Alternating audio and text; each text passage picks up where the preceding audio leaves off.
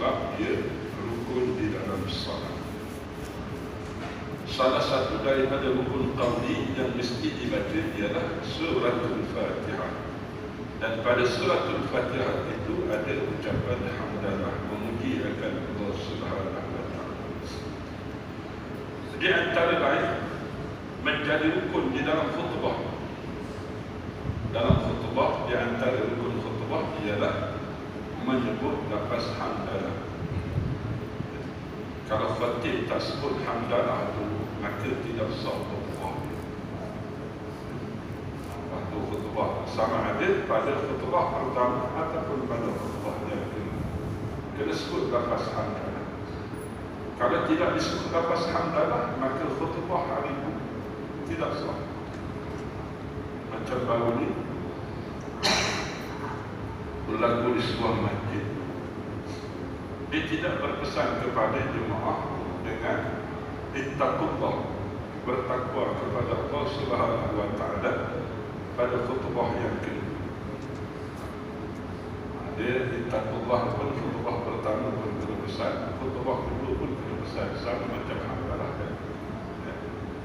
Jadi bila mana tidak diperingatkan kepada jemaah supaya bertakwa kepada Allah Subhanahu wa taala, maka tidak sah khutbah Jumaat hari itu.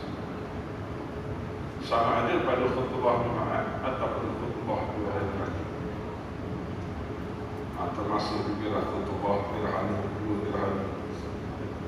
Mesti disebutkan lafaz hamdalah pada.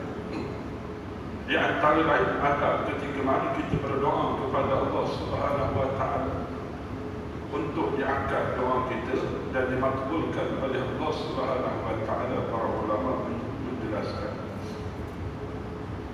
pada permulaan, maknanya sebelum kita minta dengan Allah Subhanahu wa taala apa yang kita hajati, pastikan kita memahami adab ketika mana kita berdoa. Mulakan yang sebaiknya, yang paling afdalnya bacaan isti'azah, a'udzu billahi minasyaitanir rajim. Sebab apa? Sebab kita nak minta dengan Allah Subhanahu wa taala di benda-benda yang baik.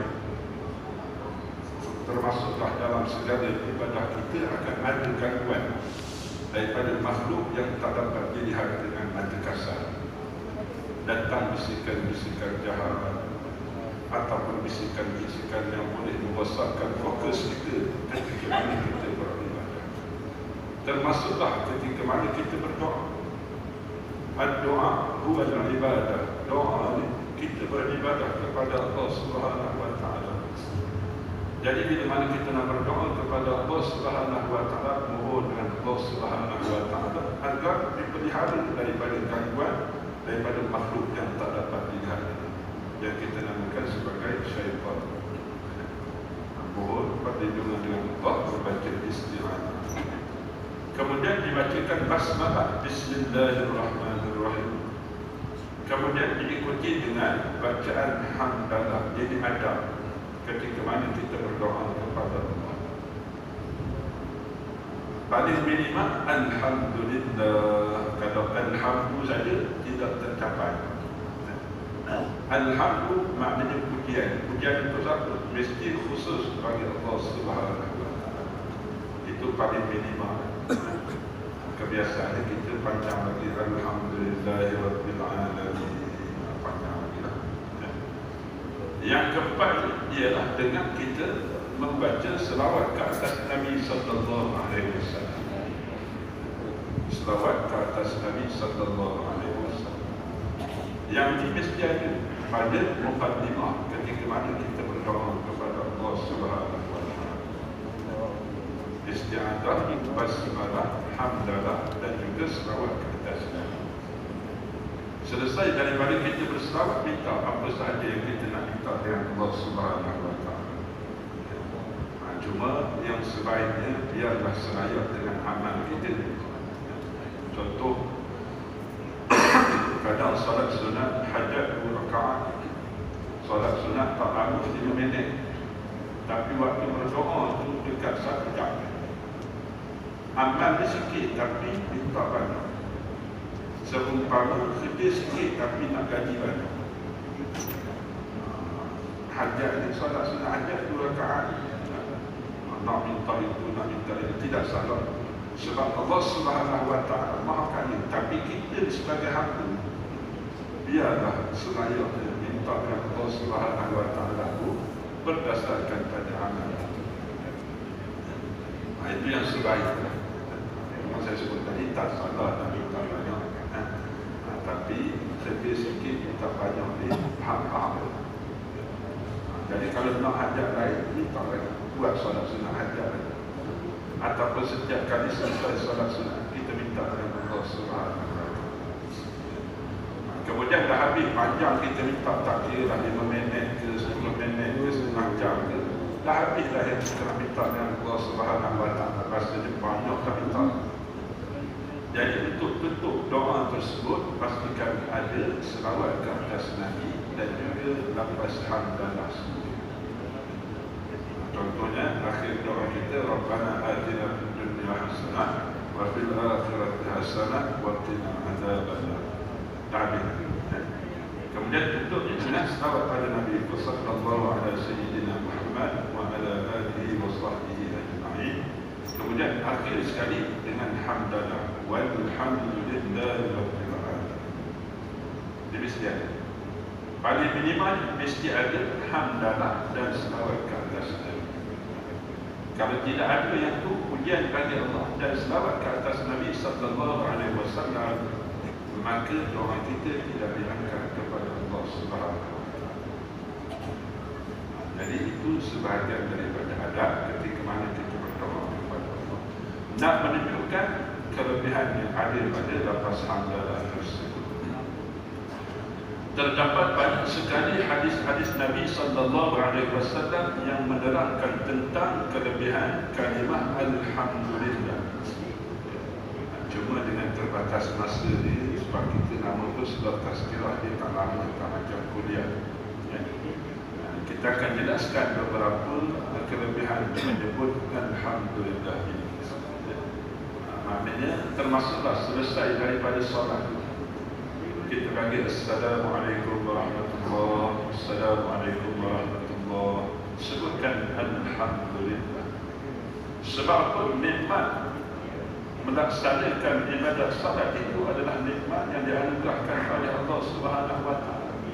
Berapa ramai manusia yang tidak ada kekuatan, tidak ada upaya untuk mendirikan salat. Kita dianugerahkan kelebihan dapat mendirikan salat. Selesai mendirikan salat, sebut alhamdulillah. Tapi nak sebut yang payah, kadang tak teringat, begitu. Padahal itu nikmat daripada Allah. Macam kita sebut makan, kadang tu doa makan tak lupa, tapi dah selesai makan tu lupa nak sebut alhamdulillah. Kenyang rasanya. Itu dia sebut. Yang ada sendawa, lepas tu kenyang rasanya. Nak tambah lagi, nak sebut lagi, nak tambah lagi, tapi ucapan alhamdulillah tak dilepaskan juga. Jadi di antara kelebihan menyebut hamdalah ini, daripada Anas bin Malik radhiyallahu anhu berkata, bersabda Nabi sallallahu alaihi wasallam, sesungguhnya Allah Subhanahu Wa Taala meridai kepada hamba yang memakan makanan lalu memuji akan Allah Subhanahu Wa Taala. Memuji maknanya disebut alhamdulillah. Selesai daripada makan disebut alhamdulillah. Di atas makanan tersebut, ataupun hamba yang meminum minuman lalu memujinya di atas minuman tersebut. Sama ada kita makan ataupun kita minum, selesai daripada makan, selesai daripada kita minum, bila kita berjaya menyebutkan lafaz alhamdulillah, Allah Subhanahu Wa Taala redha kita sebagai hamba. Sebelum makan, sebelum minum, kita baca basmalah. Kita baca basmalah itu akan ada barakah pada makanan dan minuman tersebut. Barakah itu ada. Bila sebut barakah ni, kita orang Melayu sebut berkat-berkat. Ya. Bukan berkat orang Jawa. Berkat orang Jawa lain. Kalau pergi ke Nuri, orang Jawa kebiasaannya paling dibagi berkat. Itu kebaikan juga lah. Tadi dah makan lah, dapat lagi tambahan keadaan makanan. Itu berkat orang Jawa lah. Ya. Bila sebut berkat-berkat ni ataupun barakah, bertambah kebaikan khususnya pada amal kita. Bila kita makan tadi, kita mulakan dengan baca basmalah, maka pada makanan tersebut akan ada barakah pada. Adakah memadai dengan mendapat barakah sahaja? Tidak, kita mengharapkan daripada makanan tersebut Allah Subhanahu wa taala redha kita sebagai hamba. Jadi bagaimana keadaannya? Dah selesai makan, sebut alhamdulillah. Kalau kata doa yang panjang kita hafal alhamdulillahilladzi at'amana wa saqana wa ja'alana minal muslimin. Panjang sangat. Paling minimal alhamdulillah. Bila kita berjaya sebut tu, Allah Subhanahu wa taala redha kita sebagai hamba. Maknanya merasakan kita ni adalah hamba Allah Subhanahu wa taala. Sebab itu nikmat kurniaan daripada Allah. Sama juga kita ni minta maaf cakap. Dia kebiasaannya kalau orang makan berdiri, minum berdiri, apa yang disebut. Ini bukan cerita tempat kita, ini cerita luar negara. Kebiasaan kalau orang makan berdiri, minum berdiri, memang tak sebut. Tak sebut, alhamdulillah, jangan. Makan duduk tu pun payah nak sebut. Dah selesai makan, terus bersembang. Ataupun selesai makan, keluar tengok hidup. Tak bersyukur dengan nikmat Allah Subhanahu wa taala. Ini muhasabah kita bersama. Baca basmalah itu mendapat barakah pada makanan. Kemudian selesai daripada kita makan ataupun kita minum, kita alhamdulillah, Allah Subhanahu wa taala redha kita sebagai hamba. Subhanallah, besar dan jalan kita. Allah Subhanahu wa taala nak sebut kita ni sebagai hamba yang Allah Taala redha ni bukan satu perkara yang mudah. Melainkan jalan dengan kita bersyukur dengan nikmat Allah Subhanahu wa taala. Sebab tu di dalam Al-Quran Allah Subhanahu wa taala sebutkan, "La in syakartum la azidannakum." Jika kita bersyukur dengan nikmat kurniaan daripada Allah Subhanahu wa taala, berbagai nikmat. Sebab tu bila mana kita bangun tidur, dianjurkan bangun daripada tidur tu jangan cari handphone dulu. Tapi itu di antara fitnah kita pada akhir zaman. Bangun tidur cari handphone, kat mana handphone tadi letak. Malam tadi kita tengok handphone. Lepas tu nak tidur, lupa baca doa. Jadi bila mana bangun tidur, memang sudah nak ucapkan pujian bagi Allah. Tapi kalau permudahan kita tidur, kita baca doa, mohon kepada Allah Subhanahu wa taala supaya tidur kita ni berada di dalam pemeliharaan Allah Subhanahu wa taala, maka akan dipermudahkan ketika mana kita bangun daripada tidur untuk mengucapkan lafaz hamdalah. Sebelum tidur bacalah bismillah, itu paling kuranglah bismillah dengan nama Allah, tidur berjamaah. Dan selama mana kita dalam keadaan sedemikian, maka tidur kita itu adalah tidur ibadah. Sebab kita mulakan dengan ingat pada Allah Subhanahu wa taala. Kalau nak lagi kelebihan-kelebihan yang lain diajarkan kepada kita, yang dilakukan oleh Nabi sallallahu alaihi wasallam sebelum daripada tidur, baca muawwidzah, maknanya 3 qul. Qul huwallahu ahad, qul a'udzu birabbil falaq, qul a'udzu birabbin nas. Kemudian baca lagi doa yang lain, baca surah Al-Mulki kalau nak banyak lagi ganjaran sebelum tidur baca. Baca surah As-Sajdah sebelum daripada tidur. Rasulullah akan baca setiap malam surah As-Sajdah. Kita hari pagi Jumaat maka masuklah saya. Jadi paling minimum baca basmalah sebelum tidur. Baru tidur sebut alhamdulillah. Itu nikmat daripada Allah. Walaupun tak hafal doa yang panjang, alhamdulillahilladzi ahyana ba'dama amatana wa ilaihin nusyur. Masuk tandah ada doa dia, keluar tandah paling kurang sebut alhamdulillah. Boleh buang air itu nikmat daripada Allah. Bila kita berjaya sebut lafaz hamdalah tersebut, Allah Subhanahu wa taala redha kita sebagai hamba. Subhanallah.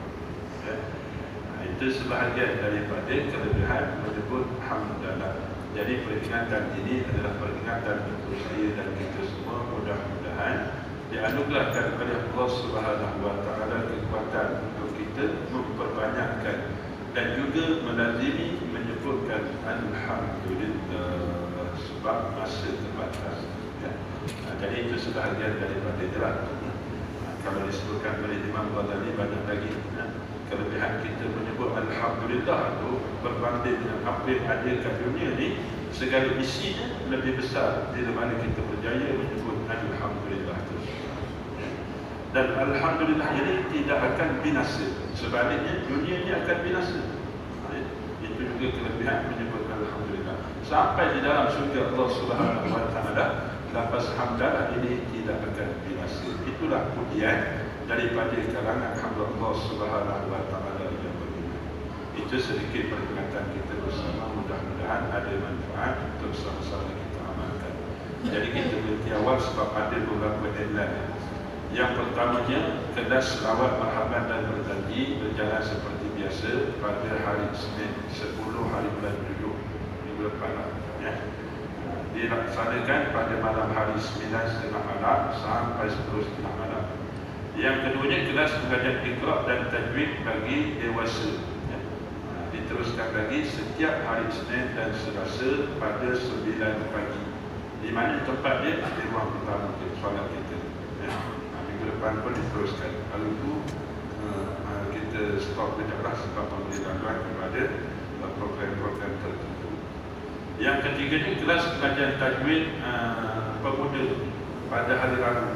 Jadi teruskan lagi pada hari Rabu 9.30 malam. Yang dewasa tadi setiap pagi, Isnin dan Selasa pagi. Untuk remaja dan juga pemuda setiap malam Rabu, hari Rabu malam. Yang keempat, kelas Iqra' kanak-kanak dimulakan semula tuan-tuan. Bermula pada hari Isnin dan juga hari Selasa minggu depan. Pagi kelas dewasa, malam pada sebelah malamnya selepas maghrib dalam pukul 8 malam akan ada kelas Iqra' untuk kanak-kanak.